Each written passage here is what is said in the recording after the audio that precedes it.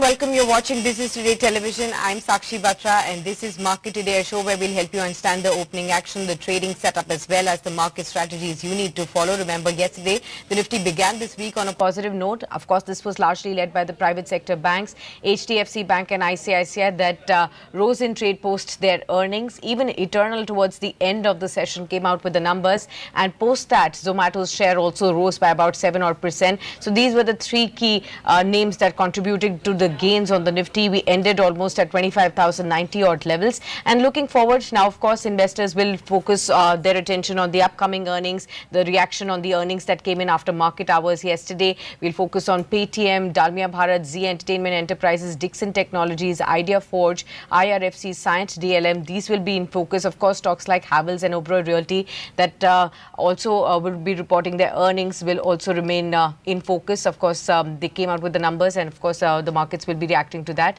US equities, when we talk about how have they panned out in the overnight trading action, they climbed to new highs yet again. So the S&P 500 index that rose by about 0.1%, and you could actually see record highs coming in for this one again. Nasdaq also hit a fresh record high for the 12th time this year, whereas S&P 500 reached another all-time high, 10th time this year as well. And this was largely led by the tech earnings that came in the US. Alphabet, Tesla, they inched higher, and therefore the reaction was positive on the overnight trading action on the US markets. Now, as far as the India-US trade talks are concerned, reports suggest that they are going to continue even beyond the August 1 deadline. There are some reports that are also indicating that American trade officials will be visiting India in the mid of August to probably take and carry forward these conversations going forward. So far, the indications was that at least on the 2 or 3 segments on agri, on autos, there are some talks that are stalling, and therefore they need continuation even beyond the 1st August deadline, when most of the other countries which have received their letters will have to abide by the new tariffs that have been announced by the US. Following this, Asia Pacific markets, they were also looking to trade higher. Buoyed by Wall Street's overnight gains today in trade. We've seen Nikkei up in trade 0.12%. Also, we are looking at, however, China, Hang Seng and Kospi slightly lower in trade. So it's a mixed start for the Asian markets. But GIFT Nifty is indicating a higher start by 0.4% odd at 25,188. And that's what we are going to be looking forward to. Let me welcome our guest on board. Mr. Abhishek Basu Malik is now joining in on the program. He's the co-founder and fund manager of Sri Rama Managers, PMS. Warm welcome to you, sir. And thank you so much for taking the time out for this conversation. We'll start off by understanding your overall view on the markets and how are you looking at the earnings momentum shape up, the kind of momentum we are seeing on the D Street, sir? First of all, good morning to you and your viewers. I think, markets have been sort of lackluster for the last few days. And my sense is that the market is waiting for direction from the US-India trade deal. So until and unless, sort of that resolves itself, whether through a mini deal or a maxi deal or whatever we call it, probably that uncertainty is going to hang over the markets because obviously, US is a very large part, in fact, with the largest trade partners, exporters to the US. So, it's important, right? And the market is waiting for direction from the US market, related to the deal. So till that time, it does not happen. I think we will be sort of range bound, few days up, few days down. That's the way I think it's going to be. Okay, got that. So that's the overall view on the markets. Let's actually dig a little deeper. Earnings momentum that continues, and we'll take your view on several stocks. Let's start off by Eternal. That's the stock that rallied very sharply towards the end of the session yesterday after the earnings came in. About 7.5% kind of a move was already seen on Eternal. Now the stock is already up year to date about 30%. So the stock had been already in momentum even before the earnings came in.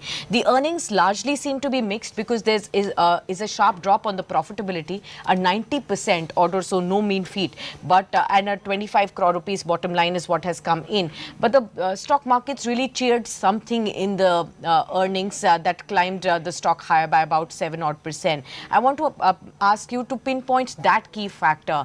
Was it Blinkit and Blinkit's outperformance vis-a-vis Zomato? Has there been something else that has stood out for you in Zomato's earnings, and how would you approach Eternal as a stock now, sir? See, I think the main thing about Zomato, Eternal, whatever we call it, is the fact that the commentary has been reasonably strong. I think that is what has maybe encouraged the market. The numbers, to be fair, is not very good. Uh, the top line has grown, but growing top line in this kind of an environment is not that difficult. But if you're not making money, even at the at the PAT level, even after so many years of operations, uh, and you continue to give guidance that next quarter or next 2 quarters things will get better. The I think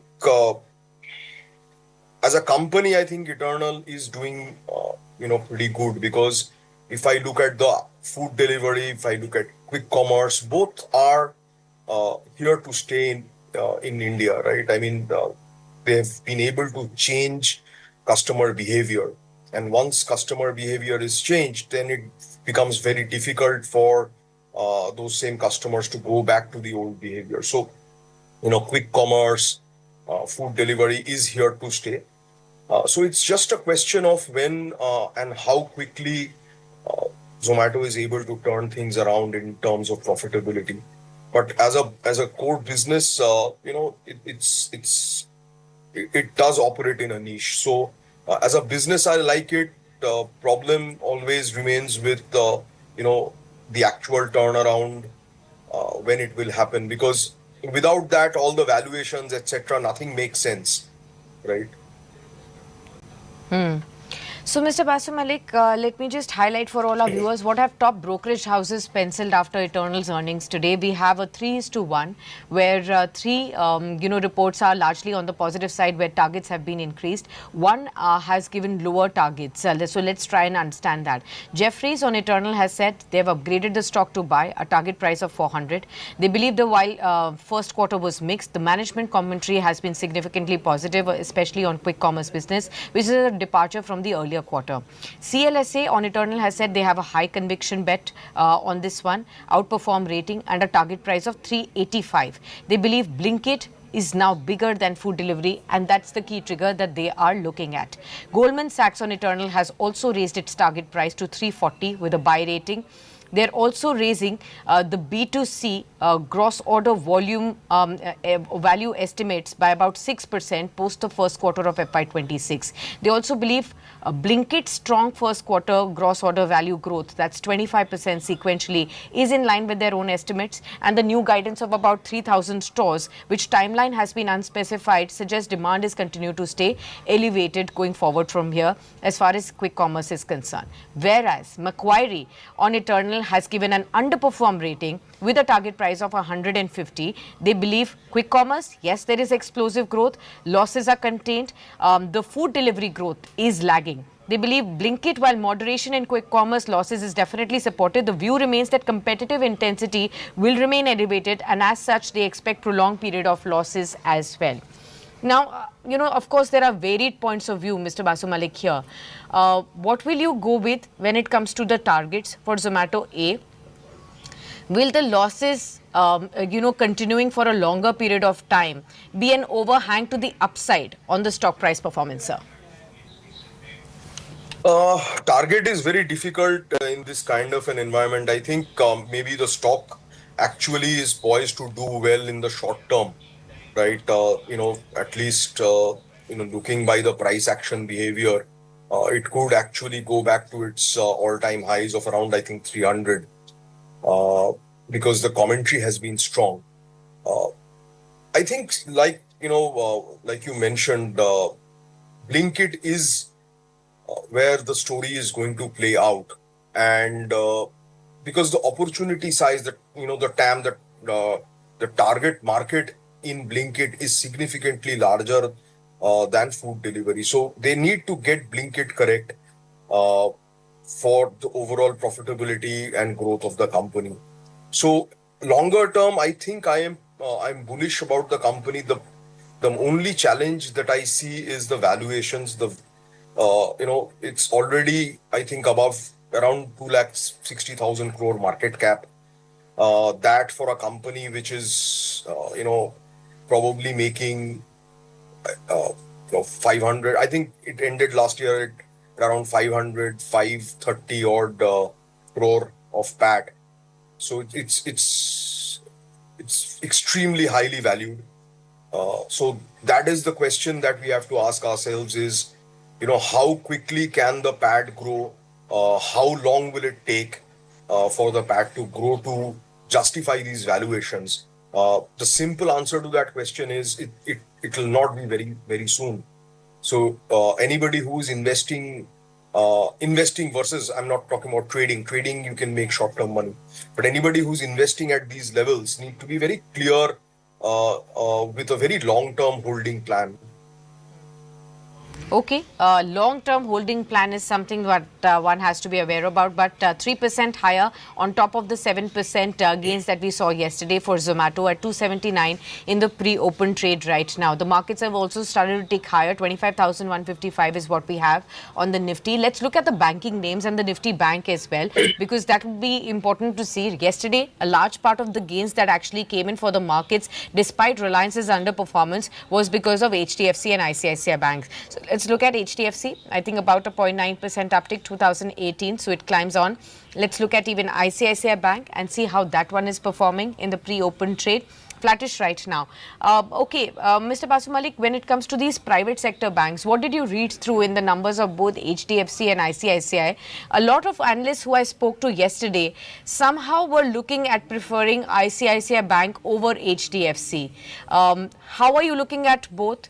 What would you really choose? What are the key reasons for the same? Is valuation a part that we need to look at, or are there other factors that will help us understand the future course? See, I think both HDFC and ICICI are by far the two biggest, largest, best performing private banks that we have.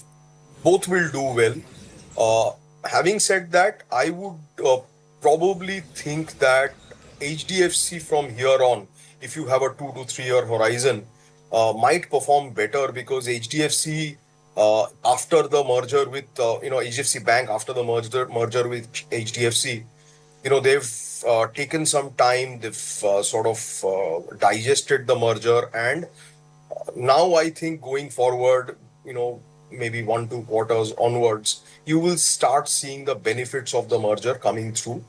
So it is more, and HDFC as a bank has not been able to perform all that great over the last 2 to 3 years. ICICI has continued to outperform it. So I think there is a chance of mean reversion happening in the next 2 to 3 years, where HDFC now outperforms ICICI.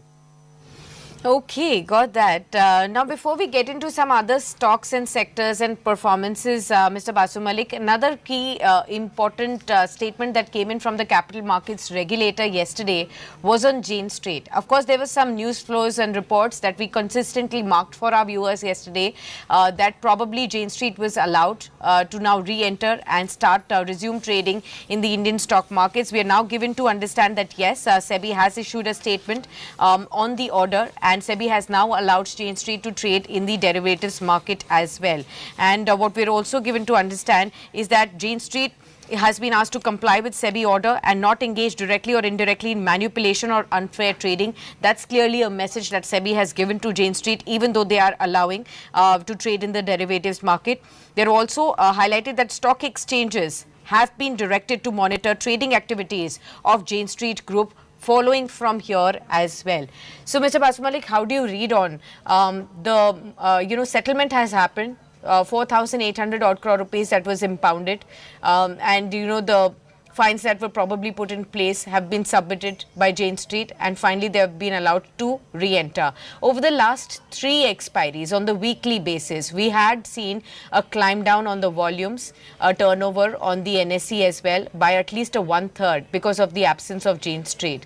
One, do you see that coming back? And secondly, now do you think to look at the manipulation or any misadventures being done by such hedge funds will actually fall into the courts of the stock exchanges. Do you think that will be an important part that exchanges will now have to start playing?